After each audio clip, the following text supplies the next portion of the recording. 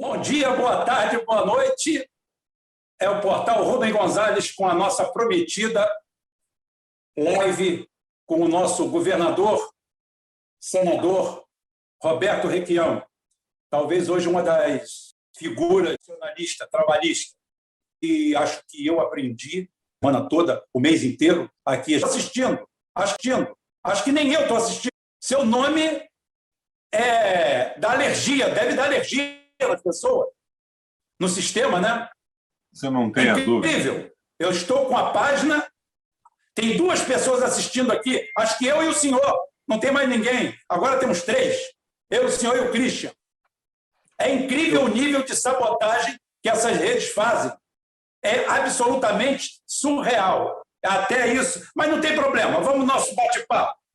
Tá? Semana Free Week. Essa semana, o governo federal torrou várias estatais e já mandou o edital lá da privatização, do estudo da privatização da nossa energia elétrica. Ou seja, já doamos a Petrobras, doamos tudo, agora vamos doar também a nossa energia elétrica de cabo a rabo. Eu acho que é um bom tema para a gente começar a conversar. Rubens, não fique triste. Eu estou transmitindo no meu Face, na minha conta do Face, e você vai ter aí, para apreciar o teu desempenho, um público no mínimo de 600 mil pessoas, que é o comum. Não, mas o principal não é isso, não. O principal é como as redes se comportam, como os algoritmos perseguem certo tipo de pessoa. Não estão perseguindo a mim, não. Estão perseguindo ao senhor. Mas vamos lá. Você tem que pensar de uma forma mais globalizante. Isso que está acontecendo no Brasil não surgiu aqui. Lá atrás, o nazismo com Hitler ocupando a Alemanha, o comunismo se implantando na Rússia, o camarada Koba, que era o apelido do Stalin, fazendo algumas barbaridades, mas o comunismo avançando e amedrontando de forma significativa a Europa. A Alemanha acaba sendo derrotada por uma aliança da Rússia com os Estados Unidos. Desaparece o perigo nazista, mas o medo do comunismo se alastrar na Europa faz com que esse capital morto, esse capital que não produz nada, esse capital vadio, se assustassem. Daí, por pressão de movimentos sociais e de partidos mais à esquerda, começa a mudar alguma coisa na Europa, Acordo de Washington, aquela coisa toda. Eles estavam, na verdade pegaram alguns ladrõezinhos menores, roubaram na nossa Petrobras, roubaram nas empresas públicas, de A a Z. Pode procurar no dicionário, você vai encontrar alguém roubando numa empresa pública.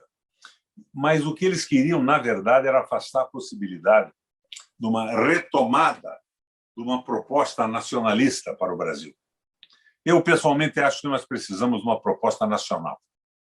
Nós não podemos nos subordinar à geopolítica dos Estados Unidos, aos interesses da globalização e do capital financeiro, mas, porém, todavia, contudo, não podemos nos subordinar também aos interesses geopolíticos da Rússia e dos Estados Unidos. O Lula entrou no BRICS, eu achei uma coisa maravilhosa, porque ele contestou a Organização Monetária Mundial. A contestação foi positiva.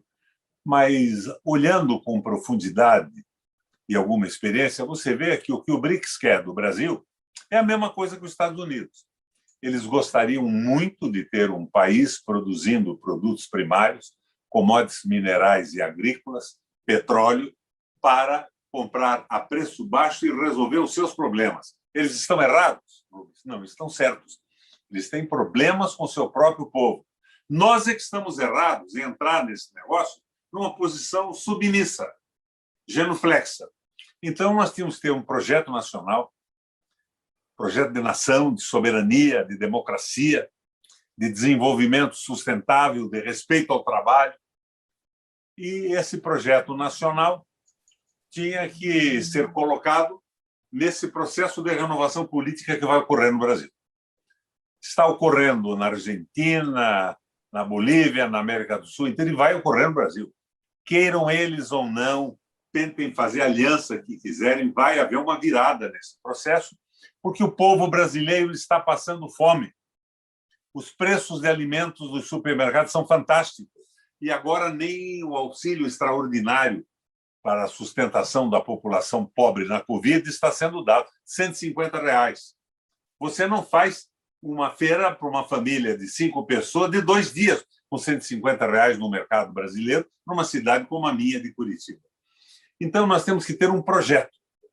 E, com este projeto, o Brasil precisa fazer o que fez o Celso Amorim no governo do Lula. Para ser respeitado pelo mundo. E respeitar as propostas e intenções dos Estados Unidos, da Rússia e da China. Mas nós só seremos respeitados se tivermos uma proposta e essa proposta for lastreada por aquilo que um antepassado seu, o seu sucessor Catarina me disse agora há pouco, que você é descendente direto do Jean-Jacques Rousseau.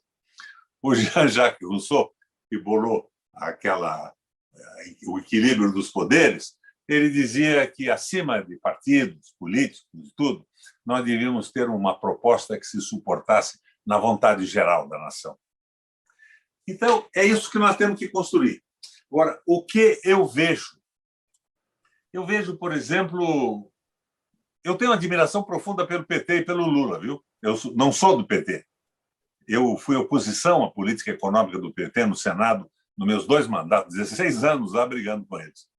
Mas eu vejo que o PT agora está embarcando num caminho de liberalismo de esquerda.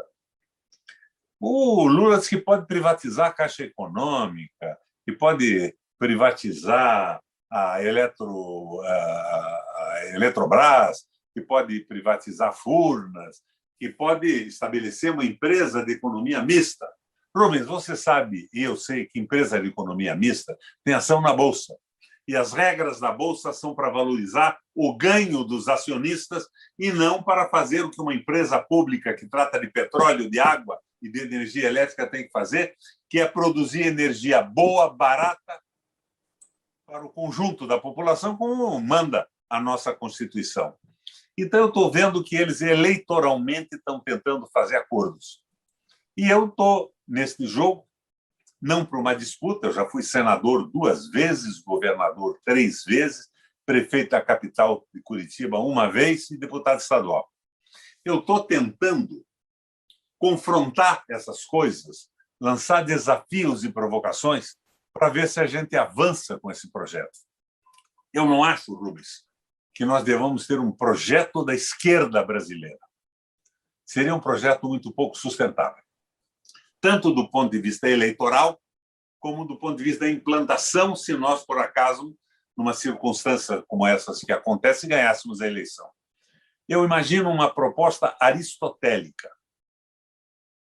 Eu vou te contar, e tenho contado na televisão e na internet várias vezes isso, uma anedota aristotélica. Uma anedota, uma hipótese. O exército, lutando pela soberania do seu país, pela soberania nacional, precisa, em determinado momento, conquistar uma colina, que é um ponto estratégico para o conjunto das tropas avançarem. E ele consulta 3 comandantes. O primeiro deles diz o seguinte: olha, estive lá na colina, olhei os meios materiais que nós temos e os recursos humanos e concluí que não é possível tomar essa colina. Eu sugiro a vocês que façam uma aliança com o adversário. É o cara que propõe a frente ampla. É um filho da puta, é um covarde, é um extremista acovardado. Ele propõe uma paz. Para chegarmos a uma paz, a uma estabilidade, nós vamos estabelecer a paz do adversário, que nunca será a paz do exército soberano e dos interesses de um povo.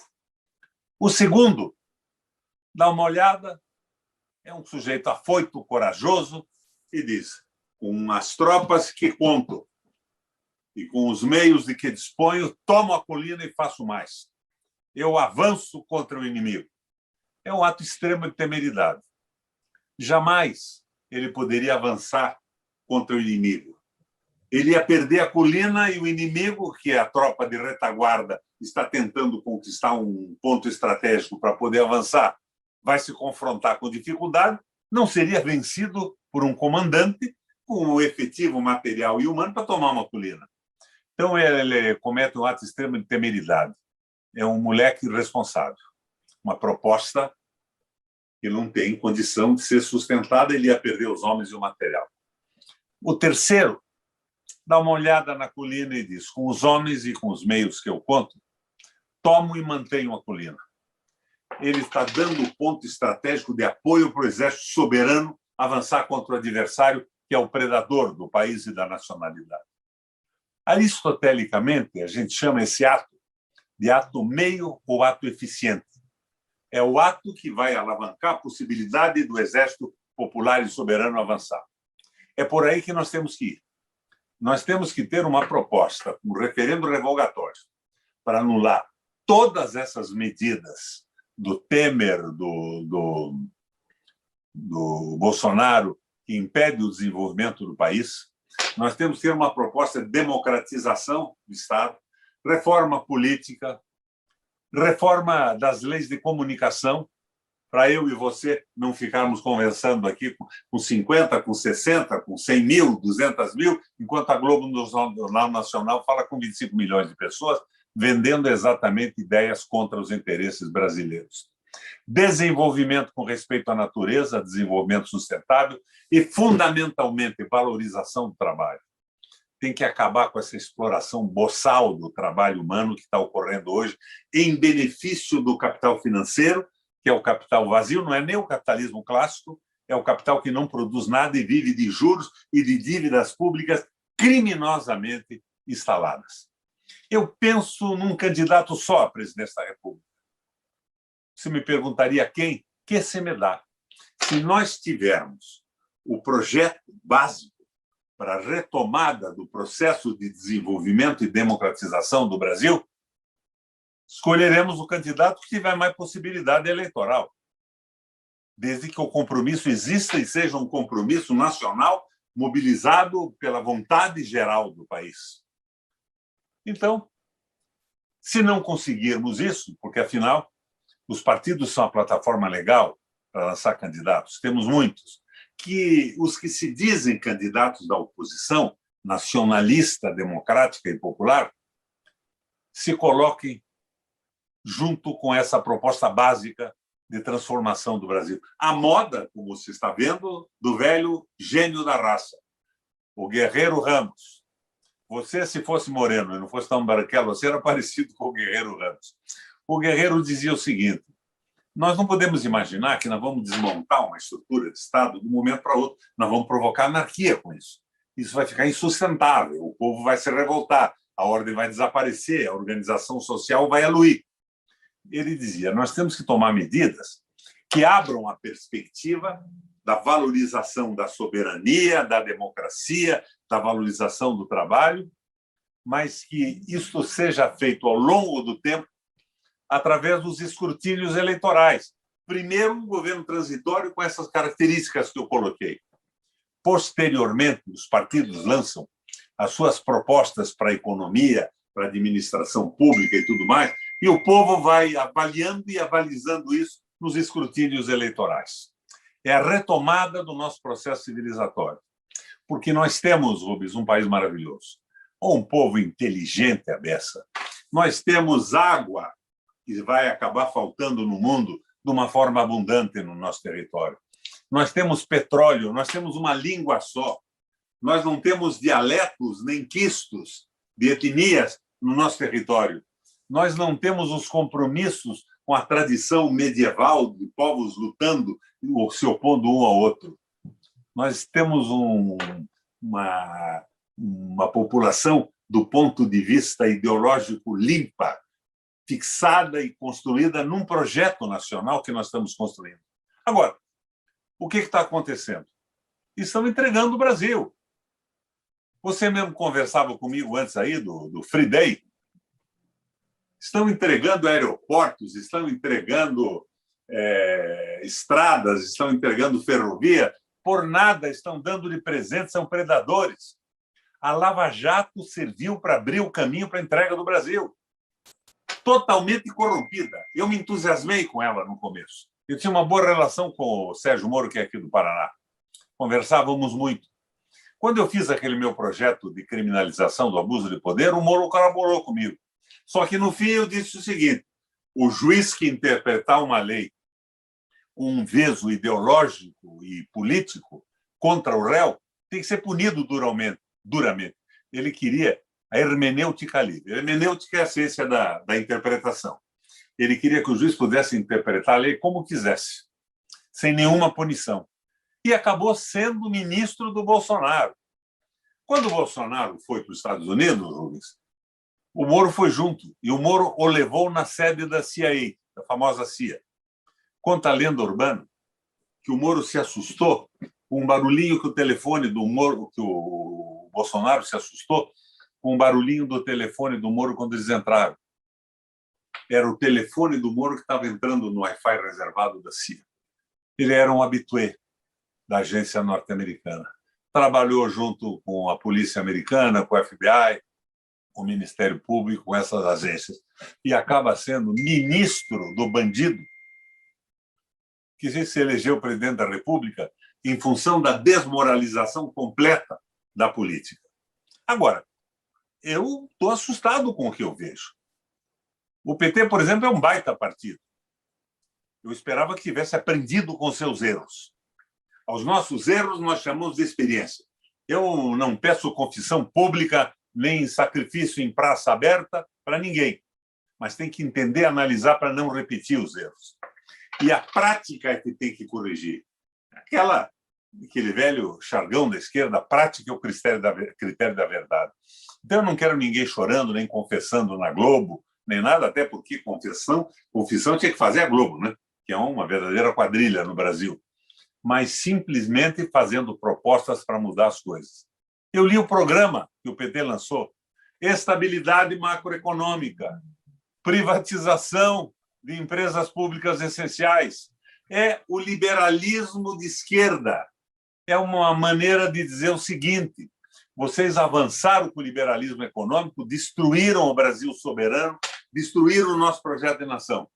Nós estamos propondo para vocês que, se nos deixarem competir e nos derem um relativo apoio para ganhar, nós seremos capatazes desse projeto.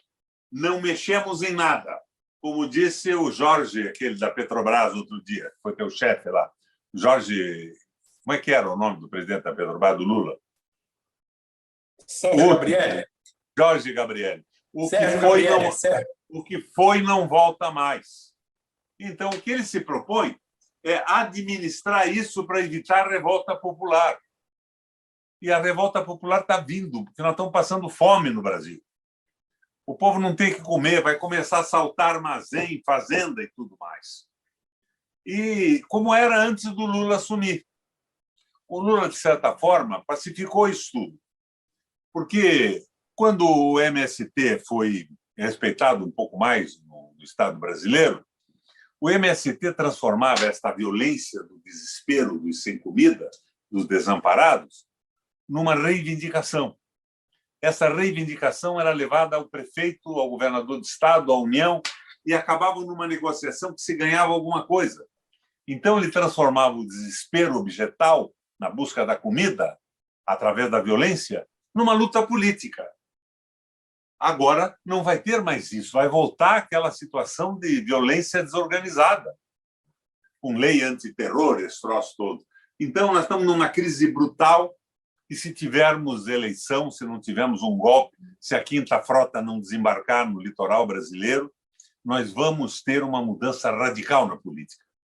Porque você vê os caras que se elegeram, é aquela pastora que matou o marido, é aquele vereador do Rio de Janeiro, o tal de Jairzinho, que matou o filho adotivo da mulher dele, a porrada.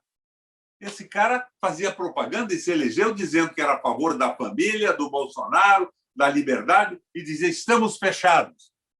Eu me admiro hoje de ver isso, pessoal. Estou fechado com o Bolsonaro. Eu só gostaria que eles dissessem em que penitenciária eles vão acabar fechados com essa loucura que estão fazendo no Brasil.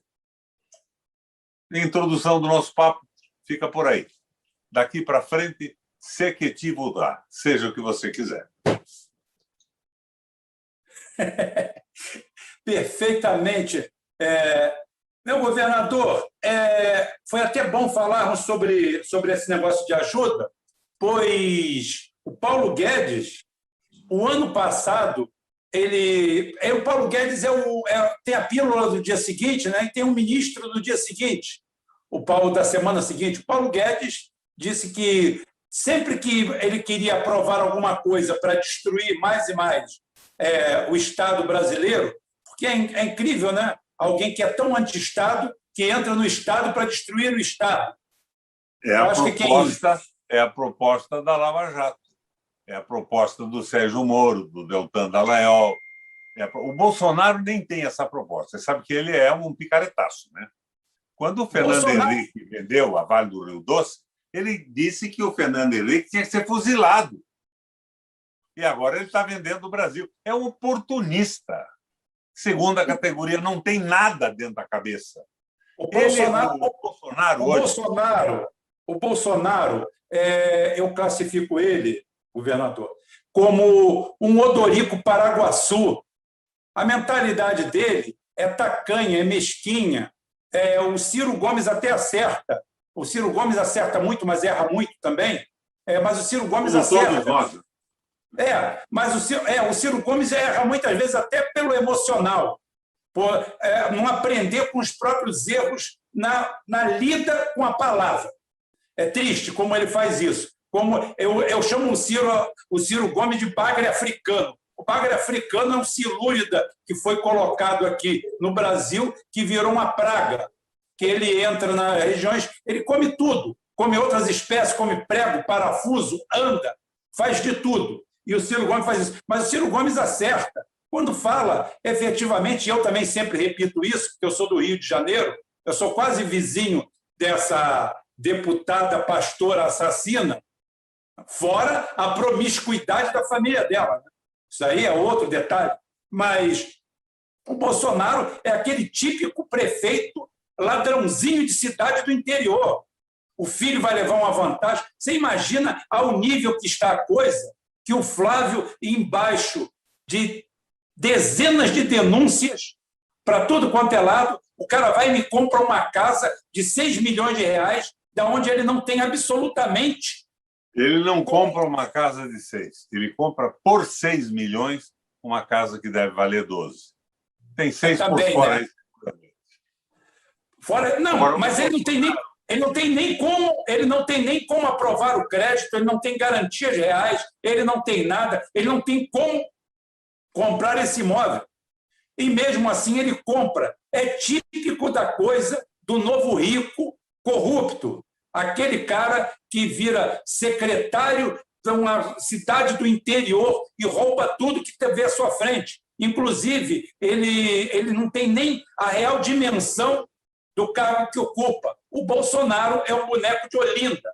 É alguém que dão ele... O que ele se diverte? O Bolsonaro se diverte naquele cercadinho dele, onde ele fala um monte de bobagem, fala algumas coisas que caem no gosto comum, porque o cidadão brasileiro também ficou tão desesperançado que ficou atrás de alguém que resolvesse magicamente todos os seus problemas. E o Bolsonaro parecia como a gente é mais velho um pouco, aquelas histórias daqueles caras que vendiam óleo de peixe elétrico, né? Que servia para tudo, de hemorroida, dor de garganta. Era só trocar o algodão e aplicar.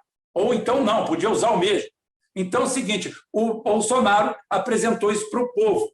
E eu fiz uma defesa do povo brasileiro no sentido que é o seguinte, as pessoas sempre falam mal do povo brasileiro. A classe média fala mal do brasileiro médio, porque o brasileiro médio é pobre e depauperado. A classe média é um pouco diferente. A classe média não é o brasileiro médio. Então, a classe média, quando fala do brasileiro médio, ele fala com desdém. Se ele tiver um viés de esquerda, ele vai dizer que o povo é ignorante e enterrou o Brasil. Eu quero dizer para essas pessoas que o povo russo, que tem muito mais cultura, muito mais coeso do que o nosso em termos de conhecimento, eles votaram no Boris Yeltsin, votaram no Boris Yeltsin de novo, e no ápice da miséria na Rússia, no ápice dos russos passando fome, com um dos maiores índices de assassinatos do mundo, que foi em ano 98, 99, 2000, simplesmente eles votaram na continuação, porque o Putin, teoricamente, era a continuação do Yeltsin. E aquele povo tão sábio, tão soberano, votou na continuação da sua própria destruição. O que aconteceu é que o Putin era um cavalo de Troia dentro daquele sistema, deu um cavalo de pau e estourou aquilo tudo. Mas a segunda parte que eu estava falando aqui era exatamente sobre isso aí. A celeuma desgraça que foi aprovar esses R$150, que não dá nem para o cara comprar uma corda de boa qualidade para se enforcar. Se ele for comprar uma corda de boa qualidade mesmo, o dinheiro não dá. Ele vai precisar de 2 auxílios. Se ele quiser fazer uma última refeição, ele vai ter que esperar os 4. Esse total que o Brasil está destinando aos seus miseráveis, pobres e depauperados é só a soma de 44 bilhões, que disseram que não tinham nem de onde tirar. No entanto, o seu Guedes já planeja para esse ano queimar 100 bilhões de dólares de nossas reservas, porque ele disse que ele queimou 37 bilhões, além de aumentar a dívida pública, além de depauperar o Estado brasileiro. Além de tudo isso aí, ele ainda não satisfeito com tudo isso, ele ainda queimou 37 bilhões de dólares, 3 vezes 6, 18, podemos falar 200 bilhões de reais das nossas reservas cambiais. Reservas essas que a gente paga até juros por ela, na dívida pública. E ele agora pensa em queimar mais 600 bilhões. Só para alguém saber esse número, esses 600 bilhões daria para dar R$600 a cada brasileiro em situação de penúria até dezembro.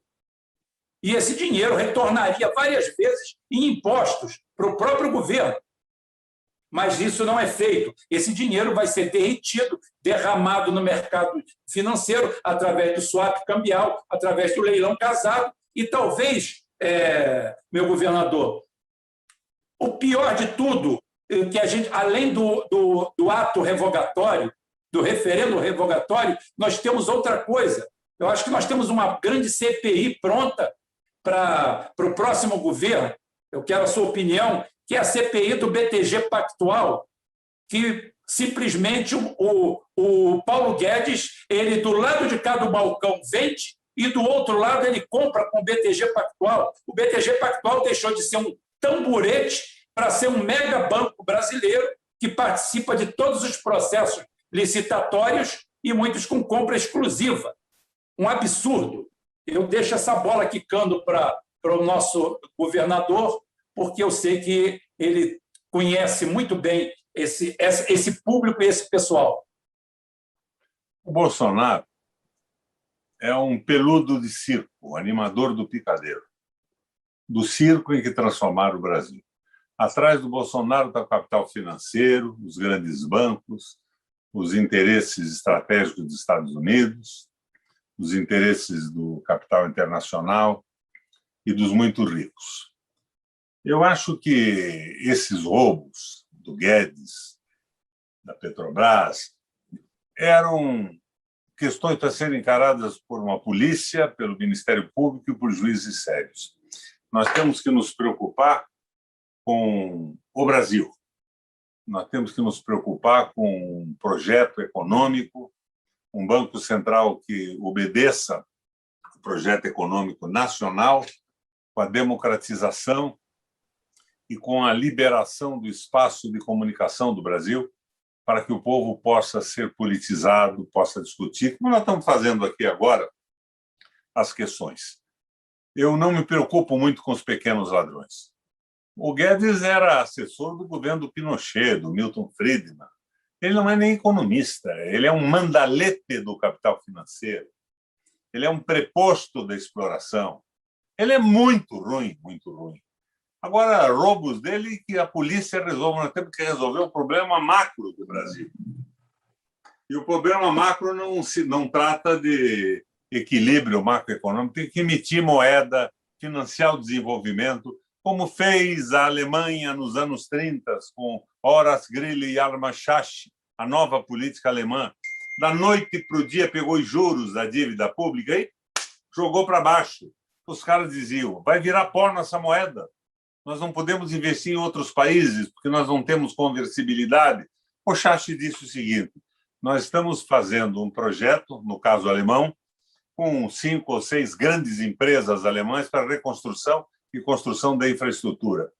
Vocês coloquem o dinheiro de vocês nestas empresas e o Estado garante um juro de 4,5% ao ano para vocês. Eles não tiveram saída, puseram o dinheiro e a Alemanha se levantou. No New Deal, no novo pacto dos Estados Unidos, o Roosevelt, com ideias do Keynes, que se suportavam nas ideias do Schacht, fez aquela política de aumentar o salário do trabalhador, de diminuir a carga horária para mais gente assumir, e investimentos públicos pesadíssimos na infraestrutura. Portos, usinas de energia elétrica, escolas, hospitais, com dinheiro deficitário para a economia começar a girar. Porque o Estado pode investir no momento de recessão sem nenhum perigo de inflação. Não é um investimento sem lastro. O lastro é a garantia do projeto nacional e soberano. Por aí que nós temos que ir. Eu acho que nós vamos conseguir fazer isso. Eu tenho esperança. Agora, essa esperança se transforma em desesperança quando eu vejo eles falando em transformar a empresa mista em empresas fundamentais. Transformar a Eletrobras, ela já está meio mista, né? Mas a finalidade dela é produzir energia a preço razoável e qualidade para a população brasileira e para o nosso desenvolvimento industrial. Se ela for transformada numa empresa em que o Estado vendeu ações, você veja, quando o Estado vende a ação de uma estatal, não entra nenhum tostão na estatal. É um grupo de investimentos da Arábia Saudita, da Inglaterra, da China, da França, da Rússia, que entra para ganhar dinheiro. Então, perde o escopo da empresa. Estas empresas têm que ser públicas. A França e a Inglaterra estão estatizando novamente suas empresas de água, porque não deu certo transformar água em mercadoria. Como é que você ganha dinheiro numa empresa, Rubem? Você diminui o investimento e aumenta a tarifa, para aumentar a possibilidade de lucro para os acionistas. O escopo de uma empresa pública não pode ser o lucro dos acionistas. Tem empresas que não deviam nem, em algum momento, ter sido privadas, mas tem outras que têm que ser públicas. Você veja a diferença do Brasil com o SUS. Nós estamos nessa crise brutal e temos o SUS. Imaginou se não tivéssemos? Inclusive é o seguinte, nós conversamos sobre isso. Do Ciro. Vai... Não é... Fulano não é carência política. O Ciro está falando muito sobre economia. Boas propostas, muitas vezes, mas não é a linguagem do povo. Daí o Lula diz, eu quero é botar comida no prato do povo no almoço e no jantar. Quem é que se comunica melhor? O Ciro não está conseguindo se comunicar, embora tenha propostas empolgantes, muito boas. Então, o que eu estou tentando fazer nisso tudo é provocar e estimular para ver se sai uma proposta nacional de todos nós, para o Brasil. Eu acho que eleição, o Rubem, não é concurso de simpatia nem de beleza. Se fosse de simpatia e de beleza, nós dois aqui estamos fora desse troço completamente. Tem que ter proposta, tem que ter um grupo de pessoas que garantam um bom governo do ponto de vista do interesse nacional. Os partidos todos estão demolidos. Eu esperava do PT uma proposta que tivesse levado em consideração os erros para não serem repetidos, mas, de repente, o que eu vi é a mesma coisa de antes. A mesma coisa. Petrobras, 47% de estrangeiros, 21% de nacionais, 36% na mão dos gerenciadores, fundos de pensão e tudo mais. Desapareceu, Rubens? Alô? Eu estou aqui, eu estou tentando melhorar a qualidade da sua emissão, porque a sabotagem está grande demais. Eu não tenho problema nenhum aqui nas minhas lives, mas pode falar à vontade que eu só tirei. Então, nós estamos precisando melhorar de uma proposta nacional, uma candidatura única, ou candidatos de oposição que, levantando a bandeira nacional, democrática e popular, melhorem, como resultado não eleitoral, o nível de consciência da população, Rubens. É esse o trabalho que eu estou tentando fazer. É isso que me dedico do alto dos meus 80 anos, embora você veja que 80 anos com um corpinho de 44. Valeu. Eu tô com 57, mas num corpinho de 56. Está tudo tranquilo.